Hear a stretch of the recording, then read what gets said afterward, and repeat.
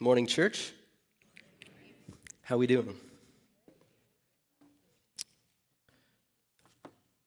I'm still super sick, and I got these cough drops that they're the kind that numb your throat. And I just realized that's a terrible thing to have in your mouth when you're about to preach.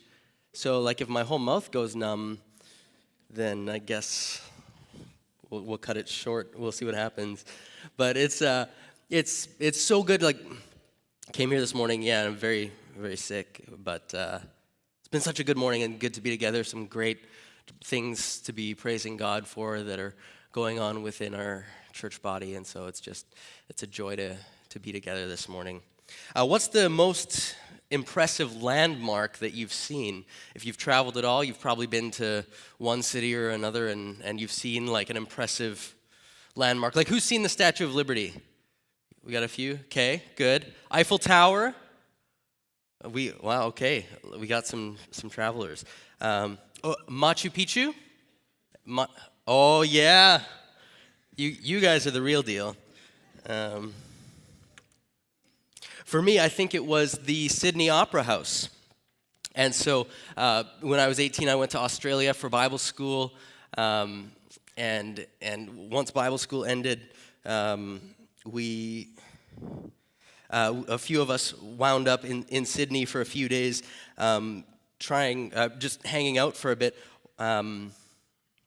while we waited for our various flights out to our various homelands. And so, we're in Sydney hanging out and figured we should probably go see the Opera House. And so we went down and we hung out there for a while in this building. And we didn't attend the opera because we were broke, and also we were trying to have a good time.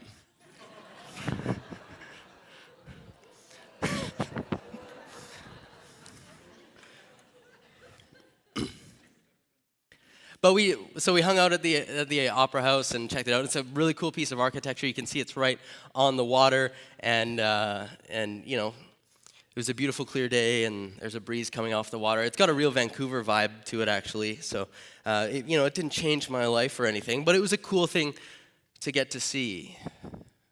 It's interesting how your landmarks become a point of pride for your city, right? And so New York, they have certain pride around the Statue of Liberty, and Paris, same with the Eiffel Tower. And if you're like me and you're from Aldergrove, you have a certain amount of pride around the condemned extra foods.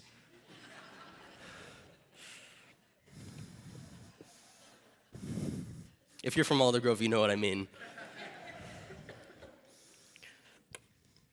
What would happen? Oh, I learned this week that people from Sydney are called Sydney-siders. I don't know what to say about that. What do you think would happen if I walked up to a Sydney-sider and I said, the Sydney Opera House is a pointless waste of space? Do you think he would receive it well? Do you think that he would wish me a good day?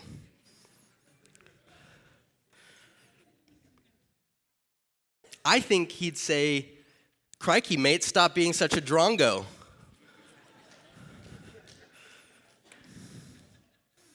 That was for you, Christy. Here. So, listen, we're starting a new sermon series called METROPOLIS, the church in Ephesus. And so, in the first century in the Roman Empire, in the time of the New Testament, there was a province of the Roman Empire called Asia, and it covered the western half of what we now call Turkey. And on the west coast of Asia was this city called Ephesus. And Ephesus was the greatest city in the province of Asia. It had everything. It had public baths. It had a theater. It had paved streets, which was a big deal back then. It had a library. Actually, our series art is the Library of Celsus in Ephesus, which still remains there to this day. At the time of the New Testament, it was probably the fourth largest city in the world by population. I've seen estimates anywhere from 150,000 to 250,000. So we're talking about like 1.5 Langleys But in the ancient world, there's no highways, there's no cars, and so that was a really impressive sized city back then. Ephesus was a world-class city. It was like a London, a New York, a Beijing. It was a metropolis. There were Christians in Ephesus, and a lot got written about and by the Christians in Ephesus, and a lot of it wound up in the Bible, and so we've got it. The church in Ephesus shows up in 5 books in the New Testament. 3 of those books are letters from Paul to Ephesus. There's the letter to the Ephesians, and then there's 2 letters to Timothy, who was the pastor of the church in Ephesus. And so there's a lot of stuff in the Bible, and there's a lot of stuff outside of the Bible as well, because the ruins of Ephesus are very well preserved, and so history and archaeology can tell us a lot about this city. And so what we're going to do for pretty much the whole school year is to work our way through those 3 letters from Paul to Ephesus, and we're going to kind of get to have a 360 view of this ancient church in this ancient city, and we're going to find that in many ways their story is not unlike our story. And so that's where we're going to go over the course of this year. So Metropolis is a 3-part series. We'll start with Ephesians, and then we'll do 1st and 2nd Timothy. But we're actually starting, as you saw today, in Acts 19, which is kind of the origin story of the church in Ephesus. Just want to let you know that our life groups are following along with this sermon series, and so this week's study guide is already published on the website, and so if your life group meets this week, you will be building on this sermon, not just repeating it all, but building on it, and so that's available to you. In your bulletin, you'll see there are some discussion questions. Those are the main piece for your discussion this week, and so I encourage you to be taking notes and maybe reflecting on those questions even now, to help set you up for your life group meeting. If you're not in a life group, we'd really encourage you to get into one. It's a great place to go deeper in community and to grow together. And so you can visit the Welcome Center or the website, or you can actually browse them on our Church Center app. You can browse our life groups right there. So that's kind of what's going on. So we're going to work through Ephesians, 1 Timothy, 2 Timothy. Like I said, we're in Acts right now. It's the origin story. Okay, and what we're going to see is a collision between the way of Jesus and the way of the city of Ephesus. And so Doug read us the main section, and so the story actually ends with a riot in the city of Ephesus. And so we'll get there, but we need to back up a little bit and set it up. Ancient Ephesus had its own Sydney Opera House. And you may have noticed it in the reading. They had this landmark that they were really proud of, and it was the temple to the goddess Artemis.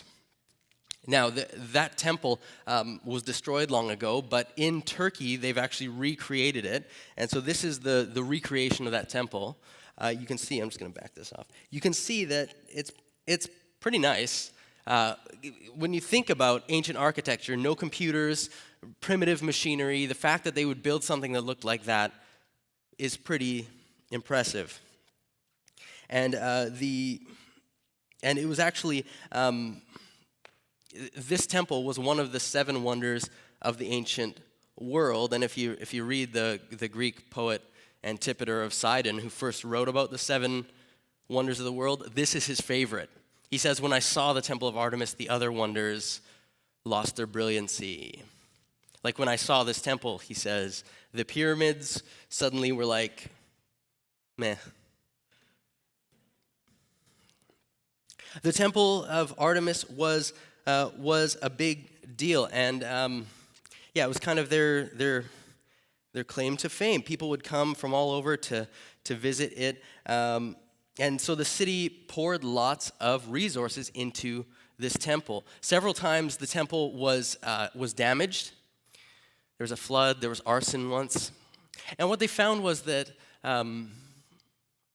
every time the temple would get damaged, and then they would they would restore it to its full glory. They would fix it up and restore honor to Artemis's name. And it seemed like every time they did that, the city became more prosperous. And so they saw that evidence and they said, Artemis must be on our side in some special way. Our city, our state, our people group must have some kind of divine favor that outsiders do not have. Thankfully, no one thinks that way today. Every spring there was a festival called the Artemisia, which was a big festival in honor of Artemis, and they had athletic competitions in music and theater, and there was a parade where they would parade through the city carrying statues of Artemis, and people would come from near and far to worship Artemis at this festival. And so this landmark and this goddess, Artemis, were central to the life of the people of Ephesus. Because Artemis worship was so important to the people in Ephesus, a whole set of economic and political interests arose around the Artemis cult. Okay, we know that there were professional magicians who rose up who said they had special access to the divine realm. There would have been people who needed to furnish the temple and rebuild the temple when it was damaged, and people needed to supply all the goods for the Artemisia every year. And so a big chunk of the economy of Ephesus was driven by the Artemis cult.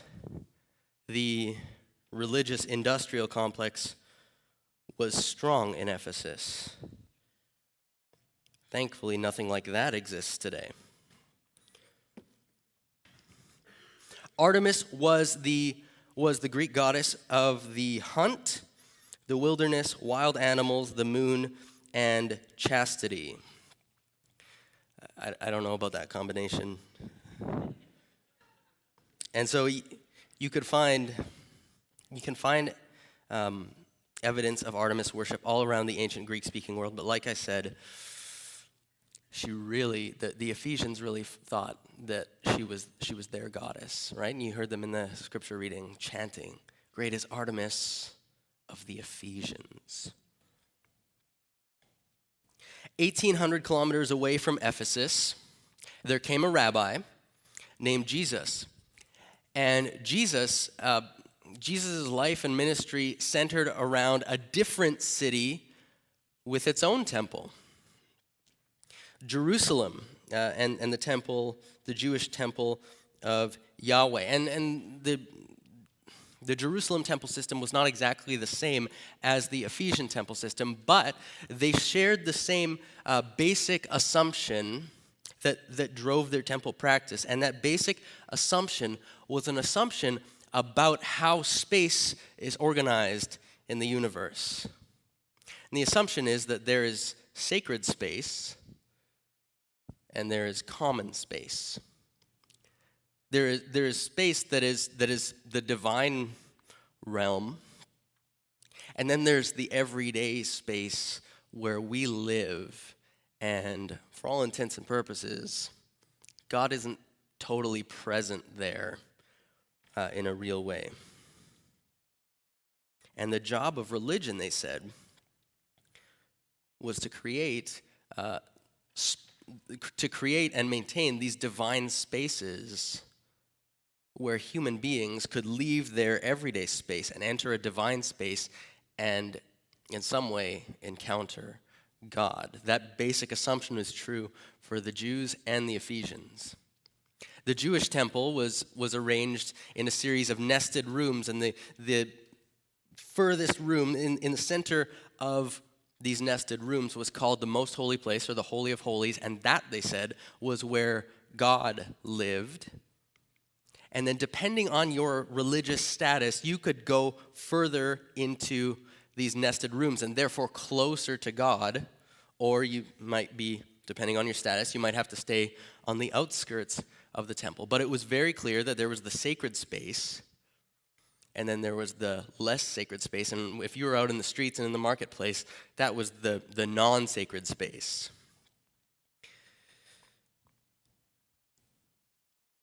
The Jerusalem temple, like the Ephesian temple, had its own economic machinery as well. And so archaeologists have found the homes of some of the families who controlled the ancient Jewish temple system.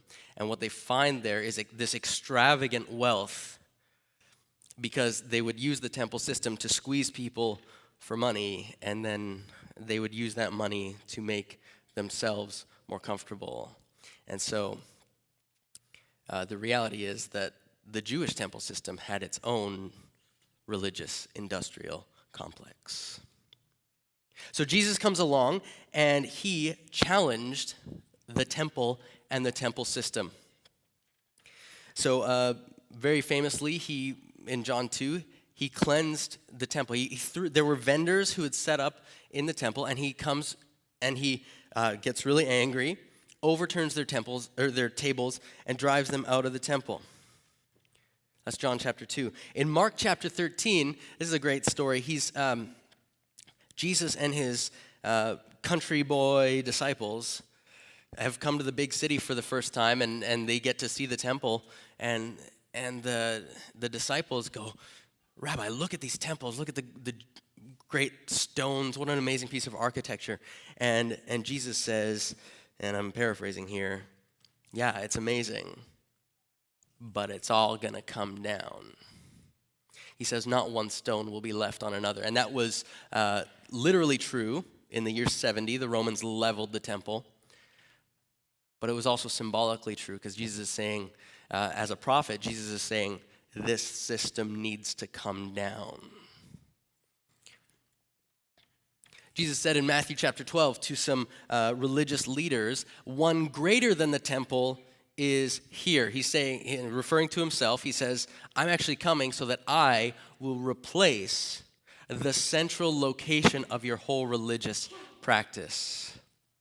In John chapter 1, John says of Jesus, "The Word became human," that God became human and dwelled among us. Literally, he templed among us.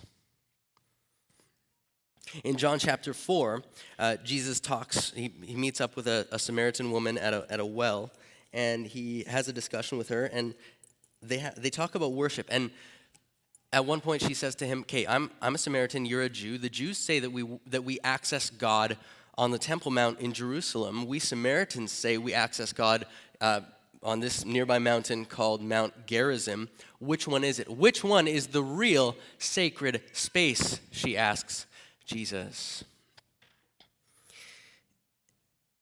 And Jesus says to her, "Believe me, dear woman, the time is coming when it will no longer matter whether you worship the Father on this mountain or in Jerusalem.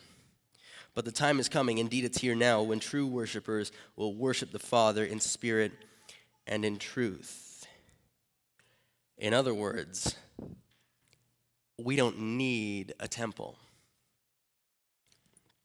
A more profound way to encounter God is available. You shouldn't be talking about the location of worship, because the truth is you can worship anywhere. So what is going to matter, Jesus says to her, is not what's going on with your exterior space. It's what's going on in your interior space. What matters is that you're worshiping God in spirit and in truth. And so Jesus, as a born Jew, comes into the world of the Jews, and the central piece of their religious life is the temple, and Jesus challenged and critiqued it again and again. Temple? We don't need a temple. Jesus sparked a movement that we call Christianity. Back in the day, it was just known as the Way. That's what it's called in our passage today, and you'll talk about that in Life Group. But the Way gathered more and more followers, and they began to spread, and eventually they spread to Ephesus, which we see in Acts 19, which is where our passage is for today. So the Apostle Paul is on one of his missionary journeys. He comes to Ephesus, and he finds several disciples of John the Baptist who's a figure from early in Jesus' ministry. And he says, do you guys know about Jesus? And they say, no, we're followers of John. And he says to them, just so you know, John's whole thing was, someone is coming after me who's greater than me, and John considered himself just a forerunner to Jesus, and Jesus is the one that you should follow. So they say, we want to follow Jesus. They get baptized, and that's the start of the way in Ephesus. And it starts out and says there's 12 men. We don't know how many women and children, but it's a small group when you think of a city that's 1.5 Langleys. 12 men and some women and children, and they make a start. And Paul hangs out in Ephesus, and it says in the first part of Acts 19, it says that he lectures publicly for 2 years in a lecture hall in Ephesus called the Hall of Tyrannus, which has nothing to do with dinosaurs. And we don't have a record of exactly what Paul taught in that lecture hall. Okay, all that it says in Acts 19 is that he taught the Logos Kurios, the word of the Lord, or the message of the Lord. But we don't have a record of that, but we do have Paul's letter that he wrote to the Ephesians just a few years later from prison. And so we know the kinds of things that were on Paul's heart for this group of people as he sought to teach them how to be followers of the way. And so we can there's a good chance that what he taught in the Hall of Tyrannus, was something similar, something along the lines of what he wrote in his letter. Let me read you a little section from Paul's letter. And just to set it up, and we're going to work through all this in the coming weeks, but just to set it up, Paul has been saying that God is creating a new people group of people freed from the hold of sin, and that people group is actually a new nation that's made out of Jews and non-Jews, and they're mixed together into one people group, which is crazy in that time, and we'll talk about that. And then, so he gets kind of to the climax of that argument. Hey, God is making a new people group, and here's what he says. So now you Gentiles are no longer strangers and foreigners. You are citizens along with all of God's holy people. You are members of God's family. Together, we are his house, built on the foundation of the apostles and the prophets. We are his house. He goes on, and the cornerstone is Christ Jesus himself. We are carefully joined together in him, becoming a holy, what's that word? Temple for the Lord. We are carefully joined together in him, and we, the people of God, are becoming a holy temple. Through him, you Gentiles are also being made part of this dwelling where God lives by his Spirit. This dwelling where God lives by his Spirit. You're a house, you're a temple, you're a dwelling for God. He's saying this people group of racially reconciled Jesus followers is a temple. It's a dwelling place for God. Where does God live? Among his people. He's saying to the people in the city with the greatest temple in the world, your temple is a pointless waste of space. God dwells among his people. You can see why this led to a riot. And we'll get to that in a moment. But let's just pause for a second and notice something, that for Jesus and for Paul, they're trying to help people make this radical leap forward in the way that the universe is organized. Is there sacred space and common space? No, they say it's all sacred. For Jesus and for Paul, the sanctuary is sacred, but so are the streets. They challenged this notion that gods live in temples, And they said, no, the true God is just as present outside of the temple as inside of the temple. You could phrase it this way. You could say, all of life is a temple. So this week, I was in the courtroom when the judge gave the kids back. Do you think God was in that space? This week, we had this moment. You ever have these little moments? Like, so our two boys are 3 and 6, and they're pure chaos. Like the Tasmanian devil, the way that he spins around, multiply that by 2. That's our household. Liam started preschool, Connor's in grade 1, and they paused for just like 5 minutes this week. And they sat down and they just talked to each other and had a conversation and like told each other what they learned in school, and they listened politely to each other, which is mind-blowing. And Justine and I just stood there in the doorway just watching them. Do you think that there's something sacred about that moment? See, Elizabeth Barrett Browning has this really good, she's a poet. She was right when she said, "Earth's crammed with heaven, and every common bush afire with God, but only he who takes off his shoes, only he who sees takes off his shoes. The rest sit around and pluck blackberries." All of life is a temple. All of life is holy. All of life is shot through with the presence of God. Ancient people needed to understand that. They struggled to. That's not how they viewed the universe. And the truth is that we modern people struggle to see that as well. And so we, too, tend to compartmentalize the spaces of our lives, right? Have you ever caught yourself walking up to the church building with a different attitude than you walk up to your workplace, than you walk up to your family's dinner table, than you walk up to soccer practice?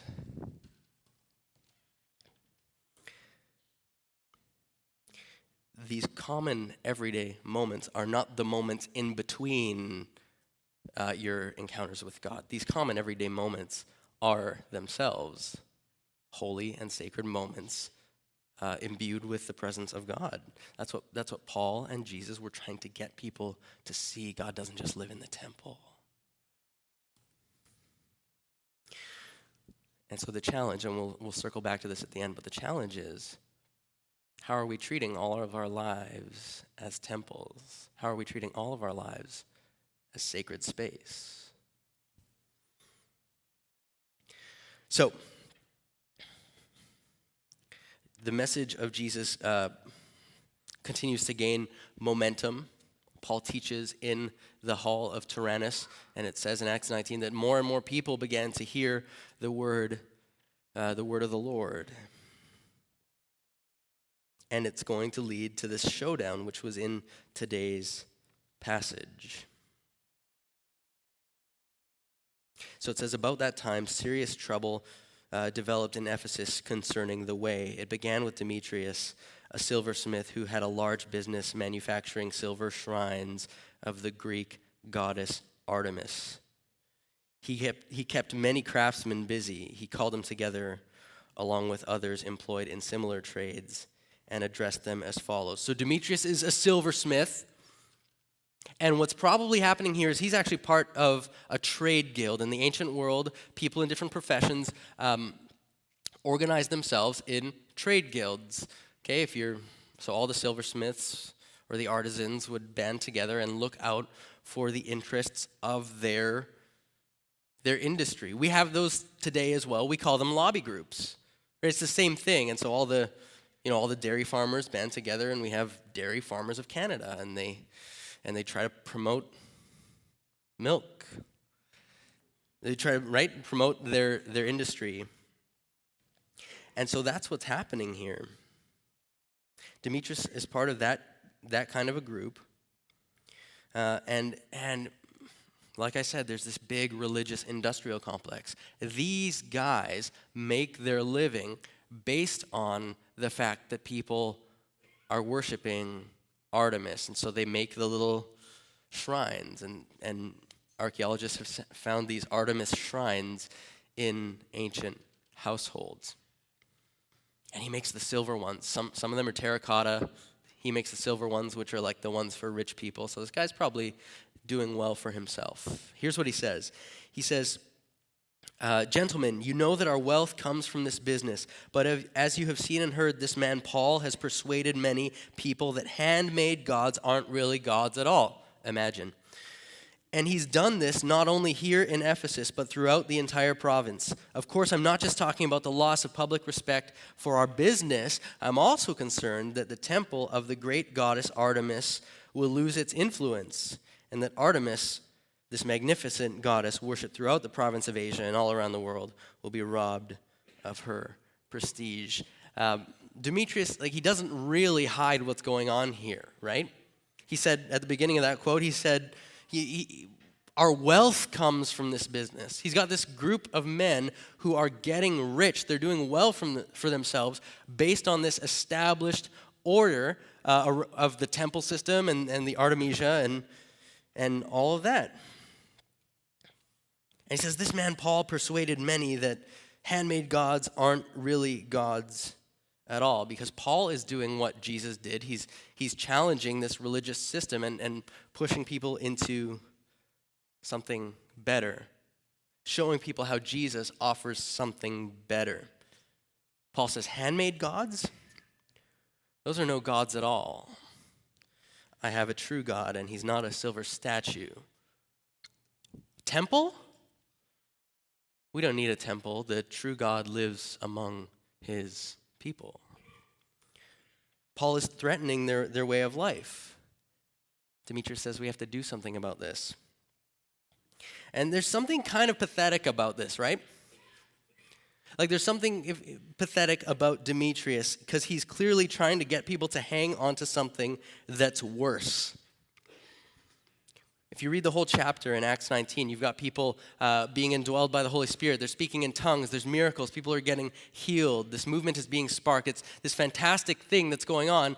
And then you see the Artemis cult, and it's statues and a building and a whole lot of hype. He says it himself, handmade gods. It's clearly worse, and yet he's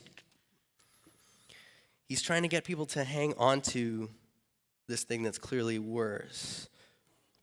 Now, the other guys, they're in the same boat. They don't want to lose their living, and they've got a little bit of that civic pride, and so they have this riot, and they start chanting, "Great is Artemis of the Ephesians," until the mayor manages to calm them down.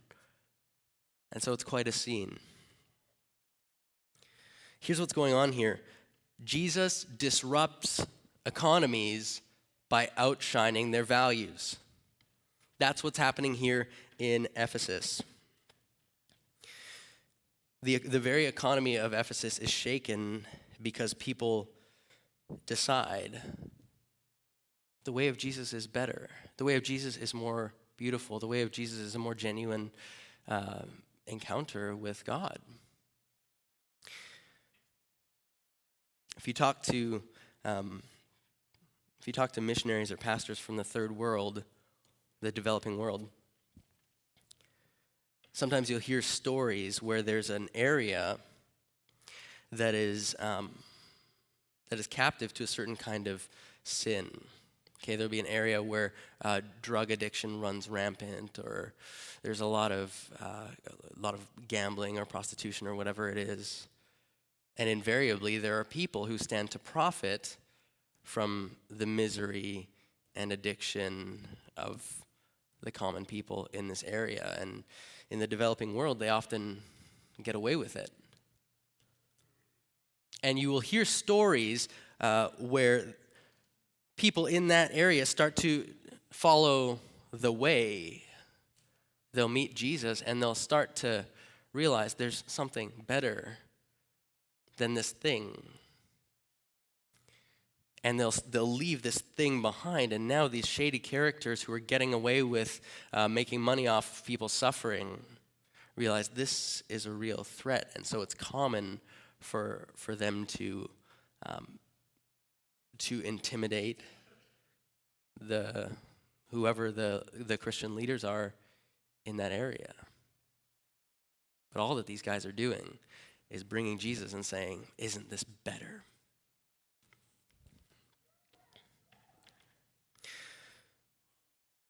And so it's very natural, because Jesus disrupts value systems. We're seeing Jesus disrupt the value system of Ephesus.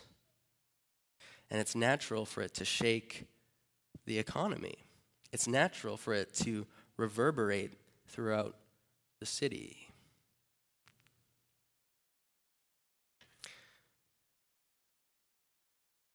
I think part of what we have to do with this question is ask ourselves, how is the way of Jesus reverberating through our city? Is the way of Jesus disrupting our economy by outshining the values of our culture? Or are we on board with the values of our culture to an extent that there's no Demetrius in our city? There's no one who stands to lose by people entering into the freedom of Jesus, because that radical difference isn't there. When was the last time our economy shook because Christians decided the way of Jesus was better than the way of our culture? What if Christians decided, as an example, what if Christians decided we won't buy clothes made in sweatshops by children, because no matter how fashionable or economical they are? What if Christians decided we weren't on board with the way that TV and movies objectify women or fail to represent people of color? What if Christians decided that we're going to take seriously this calling we have to care for our planet, and so we led the way in taking care of the environment? I've been thinking about this story a lot because we're in election season. I'm not going to tell you who to vote for. The answer is not nobody. But I think often we as Jesus followers wind up basing the way that we engage in the public sphere, including the way that we do politics, we wind up doing it according to the same values of those around us. Values like, is this candidate like me? Does this candidate seem to support people who are like me? Will this candidate make my life personally more comfortable?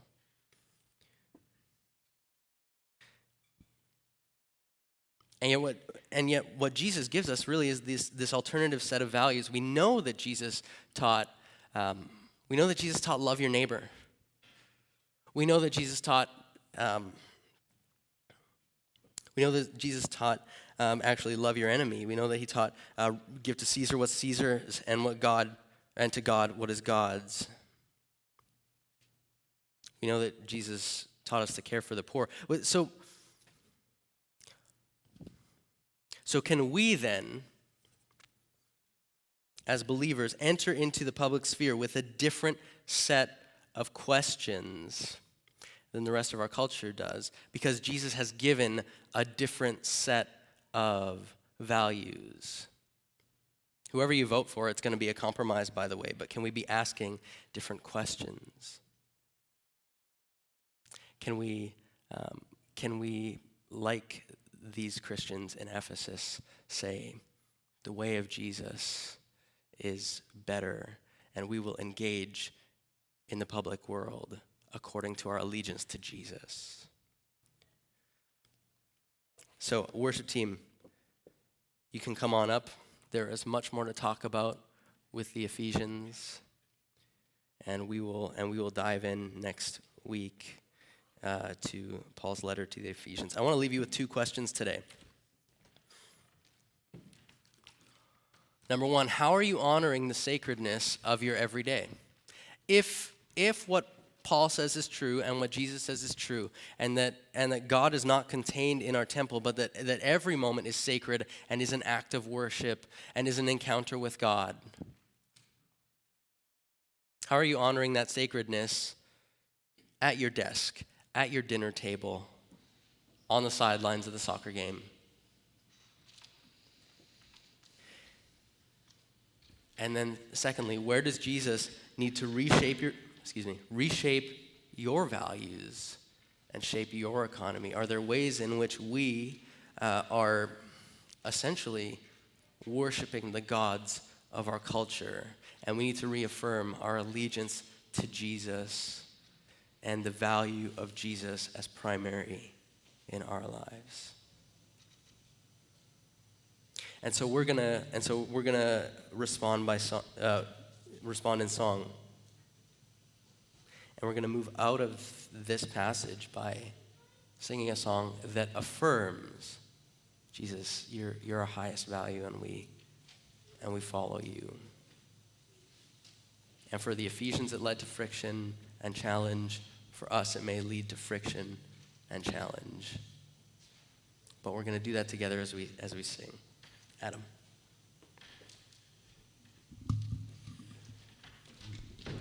One of the parts in the passage is all this huge crowd that comes together.